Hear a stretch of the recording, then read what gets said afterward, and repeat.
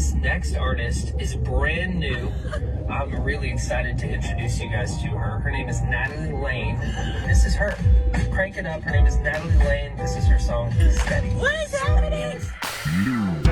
I want to infuse people with joy. Like, that's just the thing. And God keeps talking about joy and joy and joy and gratitude and gratitude. And like, he will not let up from that. It's strange because it's like we're constantly dealing with these like sometimes mountaintop moments on the road, and then you come down. It's like it's just crashing. Yeah, it's like we experience very high highs and very low lows. Sometimes the thing we burn for, like the way we define it, is looking at the struggle we face the most. I always find out what people burn for. Yes. Not what they're gifted for, but what they burn for. Mm-hmm. And when I understood that I burned to encourage, then I understand why discouragement was so, so like after for you. Yeah. Hey everybody, this is Rita Springer. Welcome once again to Worship is My Weapon on the Rita Springer podcast. I'm so excited today because I love interviewing people that I love. And today I'm with Natalie Layne. That's your artist name. That is. Natalie Layne Merrill is like your actual last name. Yeah. But Natalie Layne as an artist, and we haven't known each other long. Yeah, maybe just a year. Yeah. I met you in a write. Maybe longer than a year ago. Yeah. Yeah, we were put in a write when you were kind of in the beginning stages, I think, of writing. Yes. For your new record that just came out. Mm-hmm. And I don't know. There's something about you. I love it because I get to meet people like you all the time. Because they'll stick me in rights with sometimes these young kind of up-and-comers. Yeah. I don't even know. Were you signed yet? I think I had just signed. Okay. Yeah. So signed to Centricity, which Centricity is an incredible label, incredible publishing company here in Nashville. And Beat and I were in the right with you. Yes. We didn't know who you were. And you came in, and Beat and I laugh about this all the time, Natalie, because we had no idea the kind of musician that you were. I mean, like, there was no clue. Because most of the time, we're in rights with, singers that don't play. Sure. We're doing kind of everything for them. Yeah, or and they can both play. Like, we can play, but I'm usually never kind of like, especially with somebody like you, it's usually someone like Beat, like the producer in the room is doing it. Yeah. But we were just kind of shocked because we were doing it. And after you left, Beat and I were like, I looked at Beat and I'm like, that girl can play. I was like, I feel like an idiot. Because you were like, I think there was one point in the right, you were like, can I just do it? Yeah, I think I was like, I have an idea, can I sit down? And he was like, sure. Sure. And then you sat down. I was marveled. I was in kind of this stunned place because you just don't. I see it all, and it's like, whoa! It was so refreshing. And I'm not talking like you've been playing the piano since like you were. I'm talking like you're like educated. Oh, that's a whole different level. I mean, I would never call myself educated on the piano. Like, I took piano lessons for. I know people think I play great. I don't play great. You do play great. I play great, but I cheat. It's all cheating. And I took private lessons for 11 years. Totally. Half the time I wasn't paying any attention. Yeah. But it's a theory I can't remember. But when I say like professional, like you probably could remember theory. So I had to take a lot of theory. Yeah. And I didn't know that about you even. I didn't even really know how educated you were. So I want you to tell my audience, like, how you got in this, because you're 24 now. Mm-hmm. You're from Colorado Springs, Colorado. Yes. And I want to know why. How did you get into this? Man. Oh, I mean, it's a whole story, and the Lord's been working on it for my whole life. Yeah. That's what I love, because when I look back, I'm like, well, okay, my family really started it. Both my parents play music. Okay. They don't do it for a living, but they always did it at church, and like I was just around it all the time. Was your dad a worship leader? Dad plays bass. Okay. It's worship. Yeah. So they were like on teams together with this guy, Jared Anderson, at our church. Because you were with New Life Worship. Yeah. Got it. Yeah. So I grew up there, and then that was kind of the next point, being at church and like learning from these people like Jared Anderson, John Egan, Ray Asbury. Yeah. And just thinking, these are my worship pastors and my friends, and this is fun, you know? And I didn't realize like the level of songwriters and musicians that they were and how well respected they were until later, really until I got to Nashville. And I was like, oh, these people, like, people know who they are, and, you know, they've made a mark in this, and they're my pastors. Were you like, I want to be a worship leader when I grow up? Totally. Okay. Yeah. Okay. Because of your parents. Yes. I was all like, my parents and all my friends were doing it. And so I just like grew up in that leading worship. And I remember being really little and being like, yeah, I think I could lead worship and write songs for a living. And that was just kind of always the thing. But I didn't know how that was going to happen. Yeah. Really until I got to college. And I was like, I want to study music and theology somehow together.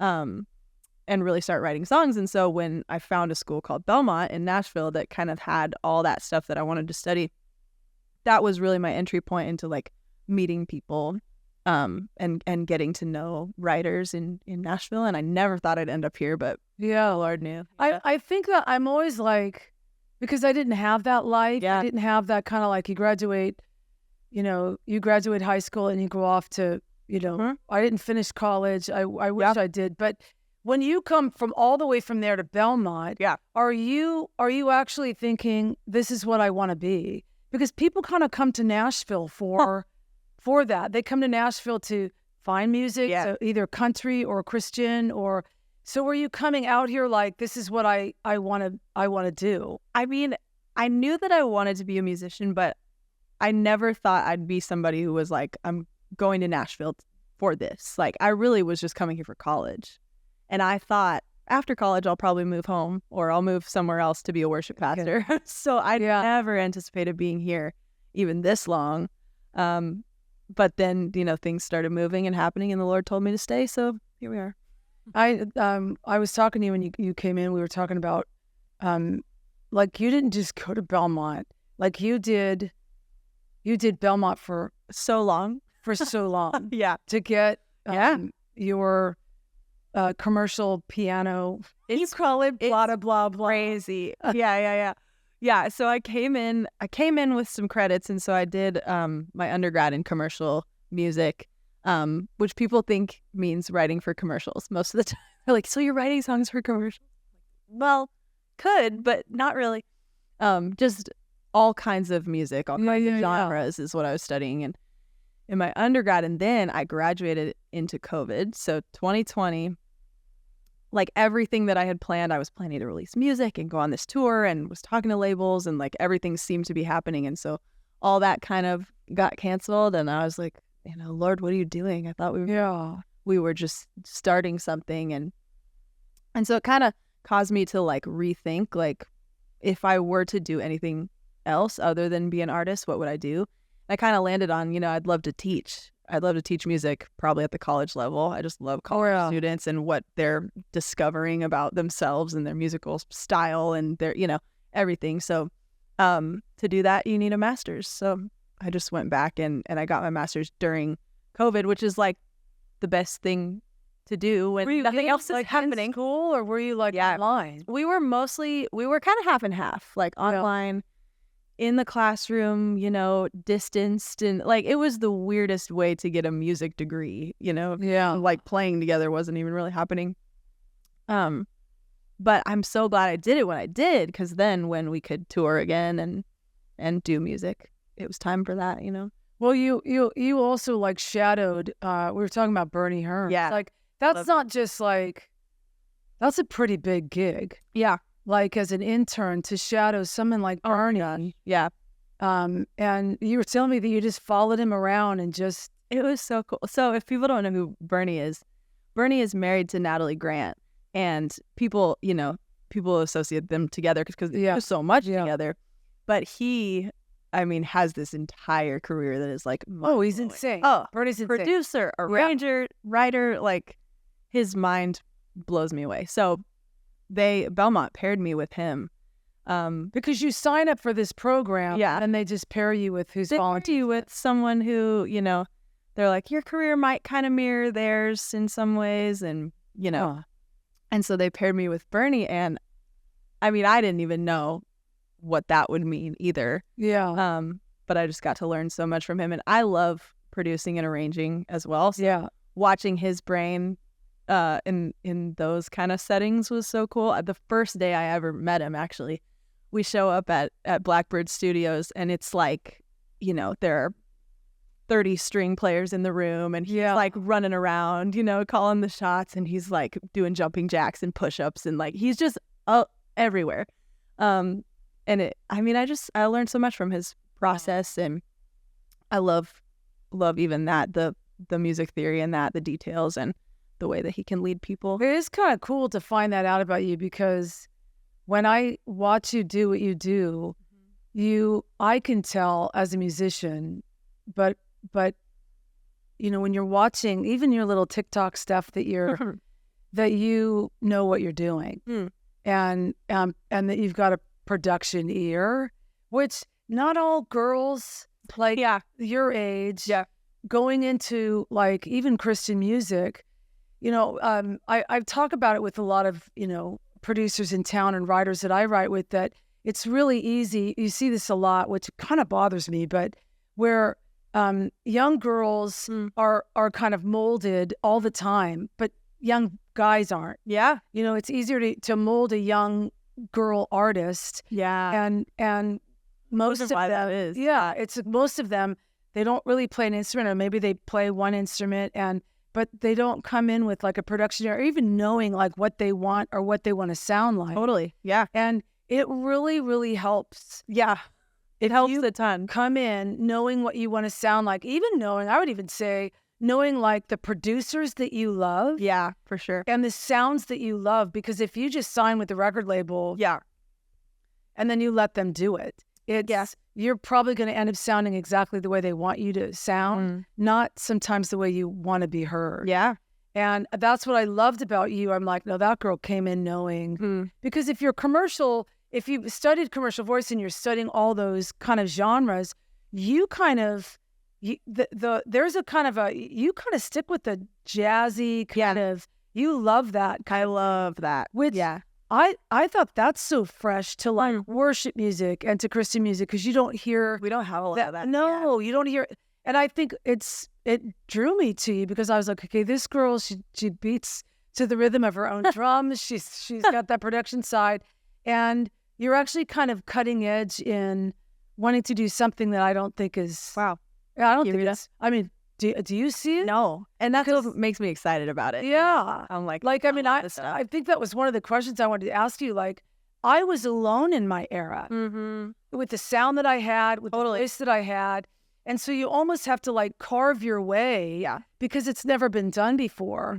And sometimes that sucks. Yeah. You know what I'm saying? Because there's not a road made ahead of you. Yeah. How's that been for you? There's something so exciting about it too, because it's like, we're not seeing this. I want to see this. You know, I think about that all the time. Like, if I was seeing this from another artist, I would be so excited. So like, I want to do this for somebody else, you know? So it's exciting, but it also is it's hard, you know, because it's harder to make other people see a vision of something they've never seen before. You know, there's just like no path carved for it yet. And so I think that's hard. And I think that's why it's helpful to have tools like production, you know, or things like that going around in your brain, because you can kind of try to communicate that vision in a way that has language to it, you know. But it's hard. It's hard to, I would say that's the main thing of like getting other people on board. Like, how do we do that when there hasn't been, you know, this hasn't happened before. And it seemed like with Centricity, the label that, because you shopped around, right? There are a lot of labels. Yeah. How was that a big key in kind of signing that big contract of, because you don't really know what's going to happen, right? No. Label. And that's the crazy part. Yeah. Yeah. You guys are so young too. It's like, oh gosh, you just don't know what it's going to be like until after you sign on that. Yeah, that was scary for sure. But you signed with the label that, you know, you and I were talking, I remember at coffee, and you were saying, you know, they're so for you. Yeah. And you can communicate with them and say, I want this. This is where I want to go. This is what I want to do. And they actually listen. They do. Yeah. I think that's amazing. It's crazy. Especially for a woman. Yeah. Like, that's so amazing. Yeah. I'm a year into that record deal now, and I didn't know how I'd feel at this point. You know, it's like, after you sign, like, you know, what could happen differently than happened before. And man, yeah, they're just so, they get the vision. And I think that's why I chose them anyway, is like, they were just like, we want to let you kind of run wild musically. Yeah. And I love that. And I love people that are like willing to take a chance on that, because some people aren't, you know? So a lot of people are like, this is the way we know it works. We're still in such a cookie cutter sometimes thing where it's like, if the world has something, then the Christian world has to have something. Yeah. And I'm just over that. Yeah, I can't.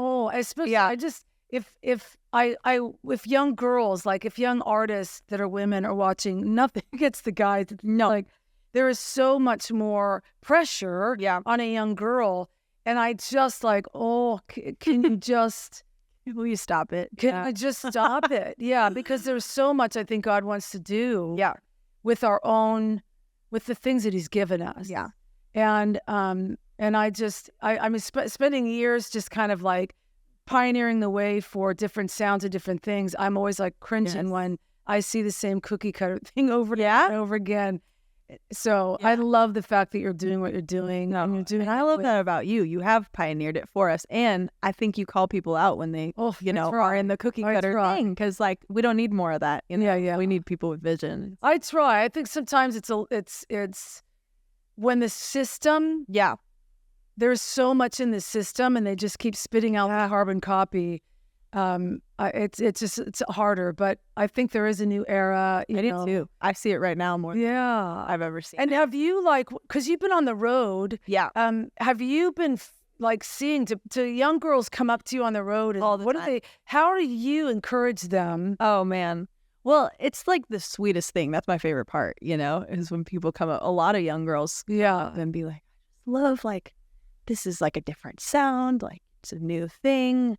I've never seen this before, and like just even to have this kind of sound, like my sound is a little bit bluesy. It's, it's got the jazz influence. And so people are like, to have that, but in a way that glorifies the Lord. Like it just, we haven't seen that. And so like, thank you, and I just, if I can say anything to encourage, it's just like, let's move to the beat of our own drum, like a new beat. But I think the Lord is, He's speaking something new right now that we just get to ride on it, and that's the best part. And so that's what I'm trying to do and encourage people. Tiffany Hudson and I had a conversation, and we were talking about the amount of young women that come up to her at elevation events. And she was talking about just how, they'll come up and they'll say, how do I do that? How do I, and she knows what they're asking. It's like, how do I just get where you've gotten on that platform? Ooh, and what a question. Yeah. She says, it's really hard because you can't, she says, I can't speak to that. Mm-hmm. She said, because nobody really wants to know sometimes the journey that you had with the Lord in the closet to kind of even be given that platform. Yeah. How is it, because you're, the genre of music that you're doing, are we classifying this as like contemporary, still like contemporary Christian CCM-ish? Yes. Because we're not putting you in the worship role, even though you lead worship. I love lead worship, but people have been calling my thing, they've been calling it gospel pop, which I love. I think that kind of and all the things. More in the gospel, Christian gospel realm. Yeah, and you're good. Like you love that. Okay. I mean, that's true. It's the truth to me. It's inspired by the gospel, and it's got pop elements too. And so I think, Now, when you got out of Belmont and got that label, were you like, this is what I want, gospel pop? That's what I want to do. I want to do this. Yeah. By then, but the journey to get there was not a short one. I feel like I've been in that my whole life too, but especially in high school and grad school, because really what grad school kind of provided for me was 2 years in the practice room, and so it was like every day writing songs and trying things and kind of finding my sound. And then when I signed, it was like I was writing with all these new people who kind of jumped on it in different ways and figuring out how we could produce the piano vocal thing that was working well into a full band thing. And people don't see that part or like to talk about that part, because I go, this thing that we get to do, like, it's such a gift from the Lord, and it's a lot of hard work, and it's daily faithfulness, that allows us to be here. And yeah, people just don't get that part. They think there's a shortcut, and there just isn't, No.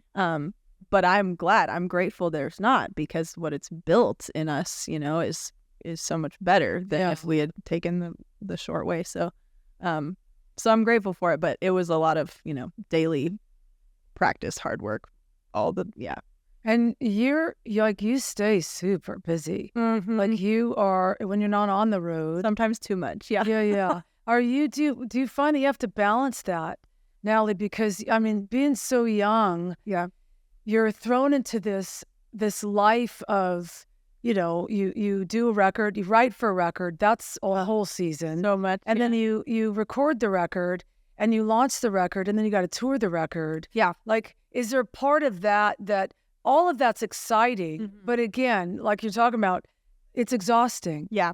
And sometimes it shoots to the moon, and other times it's a slow burn. Mm-hmm. And you have to be in it because you feel called to be in it. Right.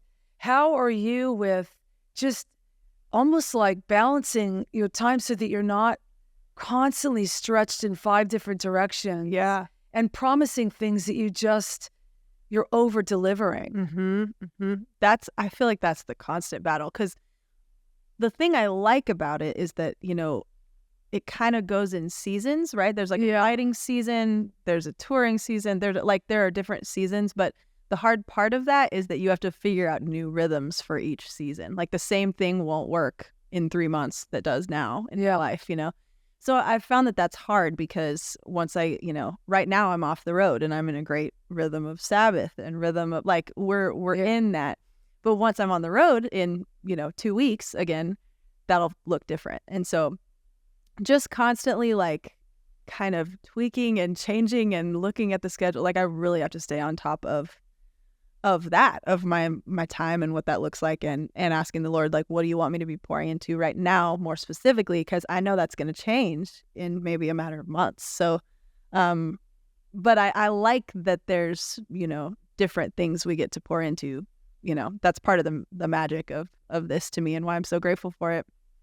But also just making sure like it's a daily and weekly, like, really kind of focusing, what are we doing here in this season that might be different than the last one or the next one? But that's super mature of you. Ooh, it's been taking a long time. Because that's just not, in youth, that's just not always seen. Because there's the drive to do it. Yeah. And honestly, it's hard. It's hard. Easy. Yeah. Especially because when you do what you're doing, you're beholden to, I don't want to say be successful, because I think there's different forms of success. Totally. But there is this place of you really want it to do well, and it's hard to not get in the race of, am I doing enough on TikTok? Am I doing enough on this? Am I doing enough of this? And it's just sometimes I'm just like, and sometimes I do. I won't lie and say that I do this well all the time. Like sometimes, because other people are saying it to you too. Hey, we need to do more of this. Hey, we need to do more of that. Like, have you looked at these numbers? Where do you find the balance in that? Oh, it's because so that's hard. For your age. For me, I just tune it out because I've had years to do it. Yeah. But like, are you disciplining yourself to be like, I'm taking 30 days off of Instagram? Mm-hmm. Sometimes, yeah. And I think about it like that too. Again, in terms of rhythms, like, okay, maybe once a year I'm taking weeks off of Instagram, but every week, like Sabbath, I'm not on Instagram, or I'm not looking at numbers that day. And that just like kind of flushes my brain and clears everything out in terms of numbers, because that's what's hard, I think, is when we start getting into the numbers and, who has more than me, who has less. Like, I just hate that. I get why we need to do it. Sometimes like we count people because people count, right? Like this matters this matters that this is reaching people. But like when you get into the comparison moment, it's not healthy. I was talking to Justice last week, and we were talking about this because he's in college and he's like, he wants to be a musician. And he's like, there's a lot of really good people, like really good musicians, and I'm like, I'm like, buddy, what will this to the world? Yeah, what will this beautiful business totally. that you want to be a part of give you every single day of your life? Yeah. It's like Rejection, and I'm like, yes, Correct. Yeah, it's true. because it is true. It's true. I think that's why I worry so much about your generation. Yeah. If I'm going to worry about anything with artists and young artists, I worry about that because it's so different now. Yeah. I mean, it's the same struggle. Don't get me wrong, it is the same struggle, but in a different way. In a different way. Yeah. I mean, it's just I did not have to deal with half of what you guys have to deal with. That is a mental exercise constantly with social media and stuff.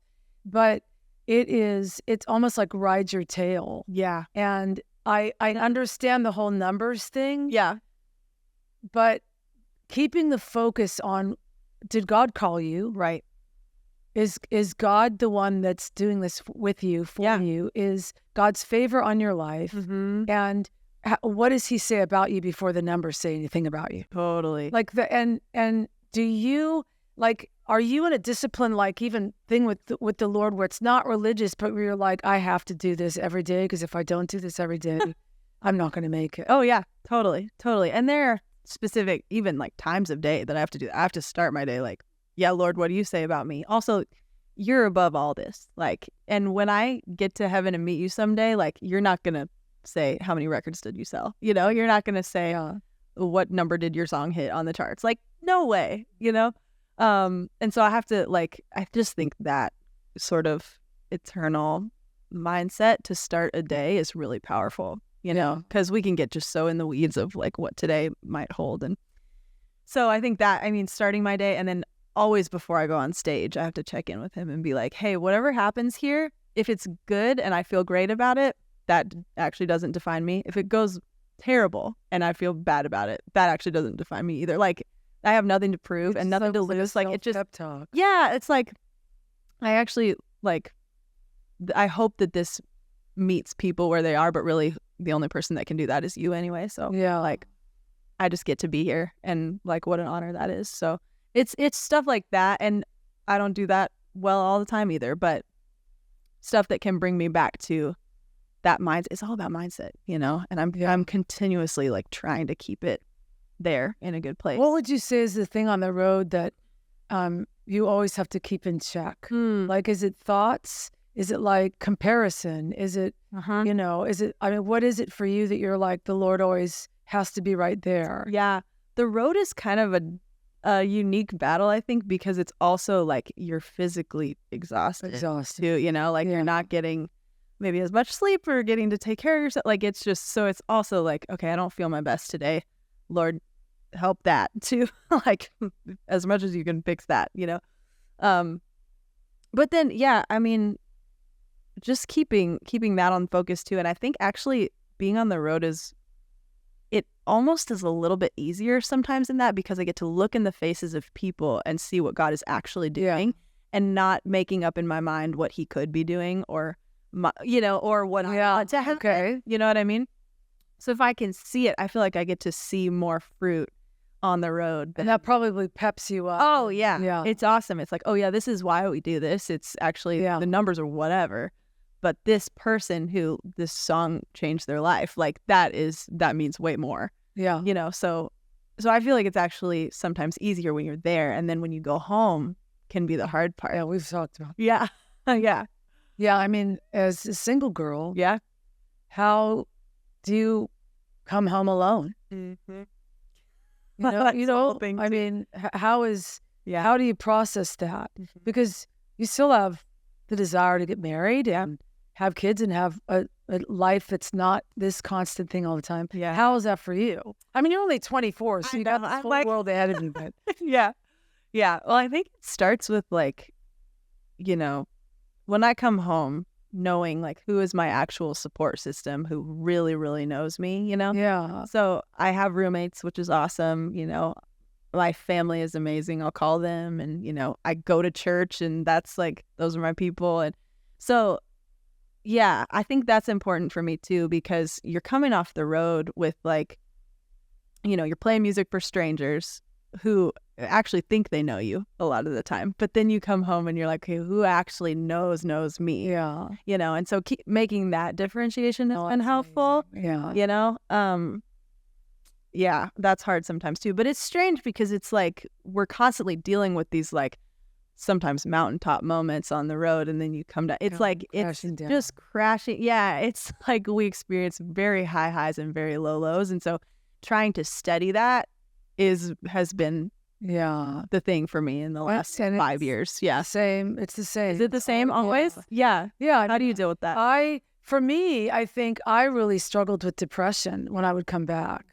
And I talk about this all the time with my students. I've done a couple of podcasts about it, but I always find out what people burn for. Yes. Not what they're gifted for, but what they burn for. Mm-hmm. And when I understood that I burned to encourage, then I understand why discouragement was so, so like after coming for you. Yeah. Yeah. So what do you even know off the top of your head, like what, because I call burning like the fuel in your vehicle. If your vehicle is like your artistry or your musicianship or whatever, what's the fuel that is the gasoline in your vehicle that makes your vehicle move? What would you say that is? Yeah. I remember the first time you asked me that. Yeah. I had never thought of that before, that like sometimes the thing we burn for, like the way we define it is looking at the struggle we face the most. The attack. First. Yeah. And then like what's the opposite of that, right? Yeah. So for me, in this kind of, even in this record and kind of what we're doing right now, like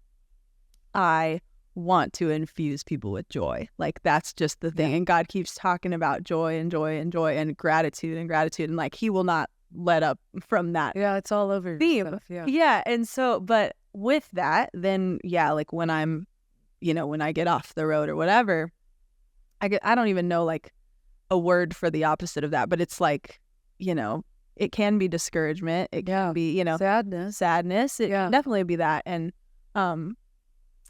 so, I sometimes have to pull myself out of the melancholy of that, which is strange because I'm a joyful person, but then definitely can have moments of melancholy even in my personality. So I don't know. It's just interesting the way the Lord does that, and it gives you a thing to burn for and give people. And I want people to have that because I want that, like we're together. Yeah. I always love it. I love it when people find what they burn for. Yeah. You can kind of see it in their face. And then when they realize, oh man. Yeah. That's why I get hit with this all the time. Totally. It's such a powerful kind of weapon. It makes sense too that the enemy's going after because he doesn't want you to give that away. No. Right? How would he want you to ever give joy to anybody? So it is crazy, but not everybody recognizes that. Mm-hmm. So it's kind of cool that you recognize that's what you give away. I think I really think that's something that God's doing right now. Like, he's guiding our hearts back to gratitude. And I just have seen it all over the scriptures lately. Like he calls us to pray with thankfulness. And when he says, this is God's will for you, he's talking about gratitude. He's talking about like being thankful, So I just think that that's something God's speaking about all over the place. And I've seen it a lot lately. And so I think he's doing something there. That's so good. I want you to talk about the record. Yeah. Like crafting that record. You've been doing some stuff on social about, let me show you a song that did make the record, because you wrote so many songs. Songs like, but you funneled these songs into this record. Yeah.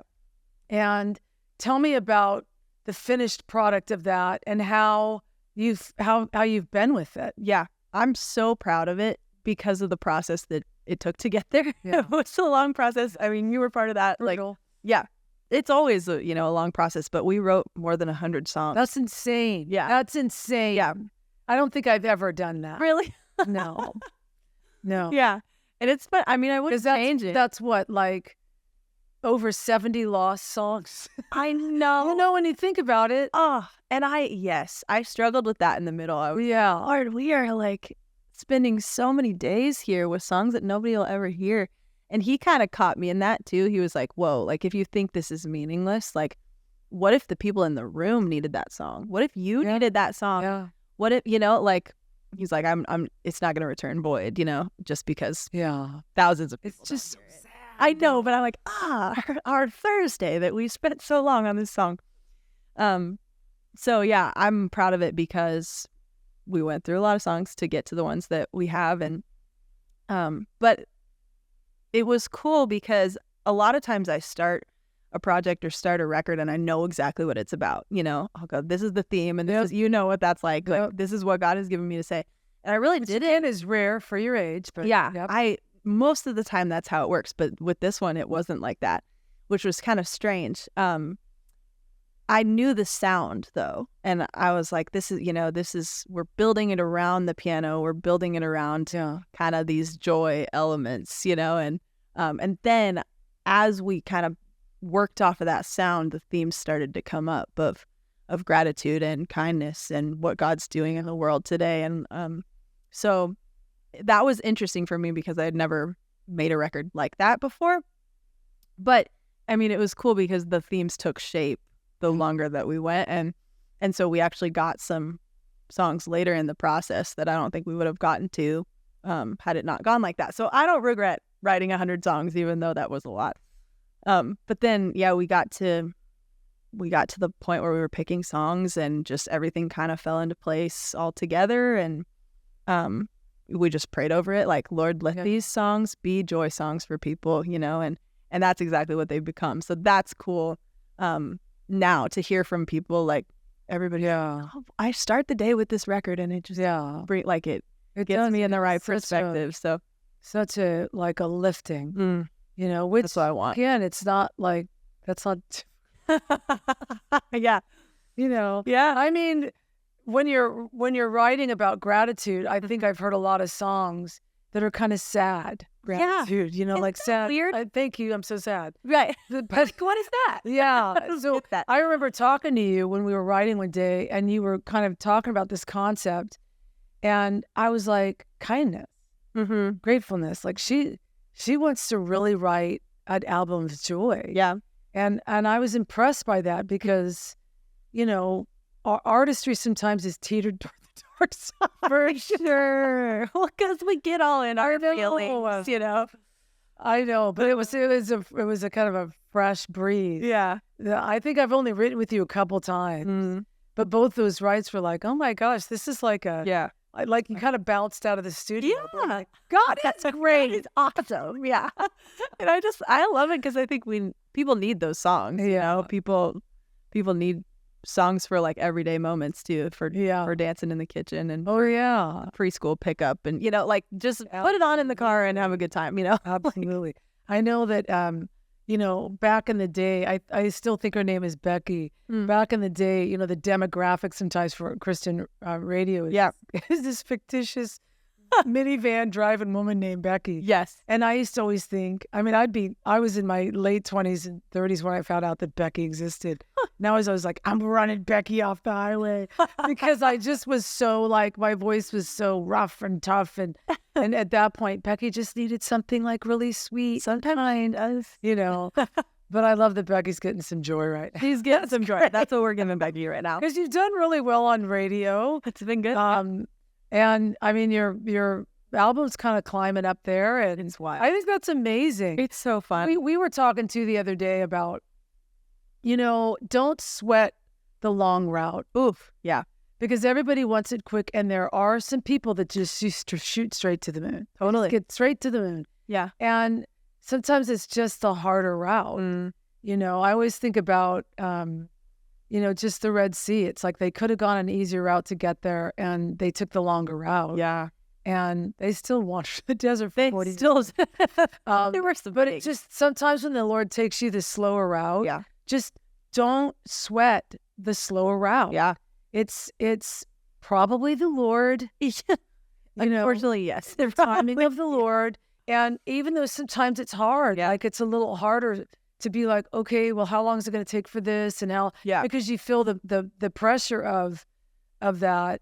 Yeah. It's kind of beautiful when the Lord's like, I'm taking my own sweet time with the way this is going to go. Mm-hmm. And that's hard. Yeah. But it's good. It's probably better. Honestly, like, when I think about you, I'm like, look at that as a slow route. No. You know, because it's actually been kind of fast. Like when you're in months, girl, Yeah. you're good. Yeah. Like if, Totally. if we're talking years and decades, I'm like, yeah, slow route for you, girl. Yeah. But I mean, but a slower route than sometimes we're puffed up or think, okay, out of the gate, it should look like this. It should look like this. It should look like this. And sometimes the Lord's like, actually, can it look like this? Yeah. Which is really kind of him to do, because I think, I thought I was ready for this when I was 16. And like, no way. No way. If I just wish I could go back and tell myself, like, it's okay to chill. Like, it's going to be okay. And he's going to, it's going to take 8 years from when you're 16. And like, that is a long time in the middle, but people look at it now and they're like, this has just happened so fast for you, and well, yes, in the grand scheme of things, yes. But in the middle, when you're working on 100 songs, it doesn't always feel fast, So, but I'm so thankful that it's gone this way. And I actually think, it goes this way more often than it does just straight to the moon. Some people, like their first song is a hit and whatever, but I think more often the Lord takes his time, and that's actually his kindness, to let us root ourselves. And I have this this silly little box. It's just kind of a big little chest that it's got to be 30 years old, over 30 years old. And when I started touring and traveling, there wasn't even email back then.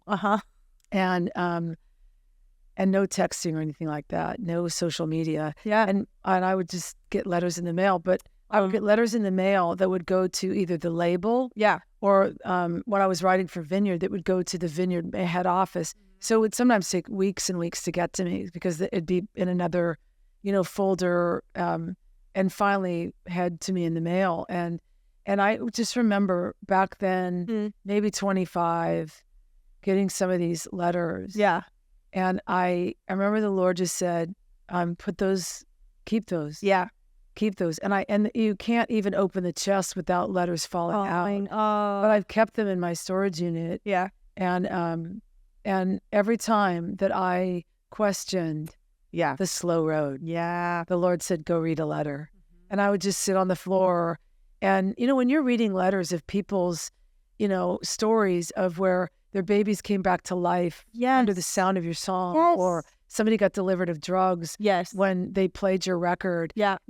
That's the stuff that's like, give me the slow road. No, for sure. Like, give me the slow road, because if the fast road doesn't breed that, then I don't want it. And I think that's like kind of that rubber meeting the road thing of, what are we doing this for? And who are we doing this for? And it's so refreshing to actually meet artists.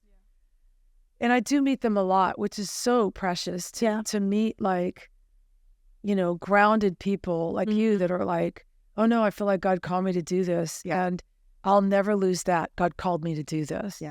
And I just think that's amazing with you, because I every time I'm around you, I mean, I had the honor and privilege of just praying for you. Sometimes I'd text you or you would text me what you needed, but for the most part, it was just like a daily or a weekly kind of journey while you were on the road, just being like, what an honor to just be like, man, Lord, whatever city she's in. Sometimes you would send me the cities and the stuff you're in. Sometimes I would get online and find out where you were, and just be like, man, tonight, can you just let what you're doing in her, explode into the room, and that you would even ask for that. That to me was like, whoa. That you would even offer that. I mean, that's just insane. Like that should be the normal. That should be the normal. But you feel like, I feel your prayers carrying me for sure. And and reminding me God called you to do this, right? And like, so thank you, for even offering and committing to do that, because it carries me. It was great. Real. I mean, there's power. There's such a power in, maybe I'm a rare bird, but yes, you are. If you ever question that, yes. I think rare in the fact too that I just didn't struggle. I mean, I struggle. You always struggle with competition, but I was always one that wanted it for you more than I ever wanted it for me, and that's pretty rare. I mean, and I only say that because I've met a lot of people, and they're like, "Nah, that's not me." But like there's a genuine quality when you can actually grow in your gift and you can turn around and look behind you and be like, oh my gosh, these kids coming up behind me are insanely gifted and talented. Wow. And then you just scooch over to the side and you're like, oh, I can't wait for them to pass me up so I can wave when they pass me up. Oh, no. And that's kind of how I feel about, you and women like you in this industry that are making a mark and doing things differently and understanding that you're hearing from the Lord. Yeah. You hear from the Lord. Yeah. And you can't walk around thinking God doesn't talk to you. Right. I don't know how you're going to do what you're going to do in worship or in ministry if you can't believe that God speaks to you. Totally. And I've always loved the way when we talk, you're like, well, I was talking to the Lord. He was telling me this. Yeah. And that you kind of really do include him in everything. I have to. Yeah. I mean, it's the only way that That's amazing. like it matters, and you see his vision for like why are we doing this, and yeah. and I mean, you do that so well too, and you've paved the way for us to do that. So I mean, you learn it. You definitely no, it's learning your whole life. Yeah. And it's such an asset to have. Yeah. Like, And that then maturity. when it's like maybe you're in a time where you're not hearing from the Lord as much, or it seems like that, you go, okay, what was the last thing you said? What did you say before? How did you call me before? And that carries you through those. So Love that. I'm learning my Okay. Final kind of thought. 5-year trajectory. Woo. 5 years. What do you want your life to look like? Oh man, that's a crazy question. That's so hard. I don't know what tomorrow looks like. No, I think it's cool. The Lord's given me vision for that, and I think it's a lot of what we're doing now. I think it's playing for people. I want to be on the road with my band, and I want it to be so just musically like just crazy, energetic, and like I just want musicianship to run wild too, and I love that, and that can be a part of this. I want people to be able to excellently play their instruments in the music that I write. So I want that to be part of it. I think joy will probably still be a theme, and just energy and being excited about what God's doing. And I'm excited to talk more too about my story of growing up in the church and what a beautiful thing that God has like given me legacy in my family to walk through, and what it can mean for people to start whole family lines of generations of people who love the Lord. I think he's doing that right now. So I want to talk about those things. I want to be playing music, and I want to be having a blast. That's amazing. That's it. Yeah. You're the best. You're the best. Thank you, Rita. On here. I love it.